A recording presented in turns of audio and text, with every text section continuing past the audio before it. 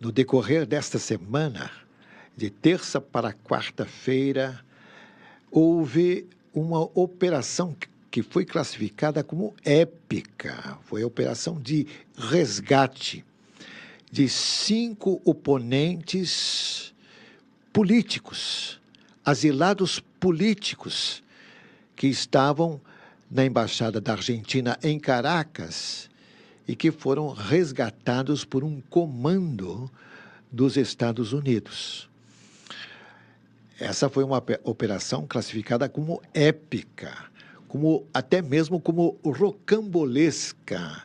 É um termo que foi muito usado nos livros e nos filmes de capa e espada, nos livros e filmes dos Três Mosqueteiros, o Conde de Monte Cristo. O termo rocambolesco se refere a perigoso, cheio de peripécias. E, de fato, foi uma operação desse tipo. E foi classificada pelo secretário de Estado dos Estados Unidos, o Marco Rubio, e também por uma outra personalidade venezuelana, que eu me permito trazer à memória dos ouvintes, a Maria Corina Machado, que está na oposição e tem sido perseguida pelo regime do ditador Nicolás Maduro. Como é que aconteceu isso? Bom, a operação ainda está classificada como confidencial, como sigilosa, mas nós tivemos alguns dados que foram trazidos justamente pela Maria Corina Machado, por ela que se encontra perseguida, que se encontra escondida na Venezuela. Como o presidente Nicolás Maduro não teve a oportunidade de prendê-la, então estava perseguindo a mãe dela, pois a mãe da Maria Corina Machado estava justamente entre os 5 oponentes que foram resgatados da Embaixada da Argentina. Mas o que foi que aconteceu aí? É que esses 5 opositores do regime do Maduro se refugiaram na Embaixada da Argentina em março do ano passado. 5. E por esse motivo, o presidente da Venezuela, o ditador da Venezuela, rompeu relações com a Argentina, expulsou os diplomatas e os funcionários da Embaixada da Argentina, que tiveram que voltar naturalmente para Buenos Aires. E esses oponentes estavam lá. A embaixada, o prédio da embaixada, no entanto, subsistiu. Ele estava debaixo dos cuidados do Brasil. A Argentina pediu ao Brasil, e o Brasil concordou, de ter a custódia do prédio. E nesse prédio, então, continuavam os opositores do regime de Maduro. O Brasil nunca pediu um salvo-conduto para a saída segura desses oponentes, desses antagonistas do ditador Maduro.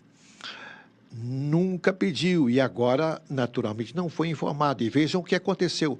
Justamente quando o presidente Nicolás Maduro e o presidente Lula foram a Moscou nesta semana para as celebrações do Dia da Vitória, que o dia 8 de maio, ontem, o Dia da Vitória contra a Alemanha nazista, justamente nessa ausência é que o comando americano veio e nessa ação arriscada, classificada como épica, classificada como muito bem preparada, muito bem executada, é que foram resgatados, então, os 5 asilados políticos que se encontravam na Embaixada da Argentina, que não pôde ser invadida, não pôde ser atacado. O prédio, vejam bem.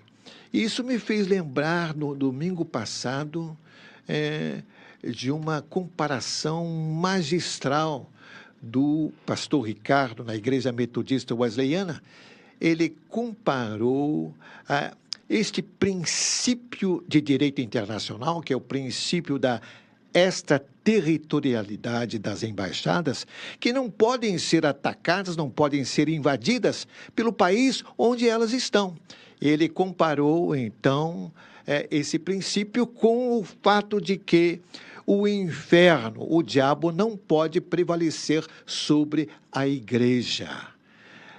Muito boa comparação. Mas então, como é que foi realizada essa operação? São poucos os detalhes, porque ainda esta proeza está sendo classificada como confidencial, como sigilosa.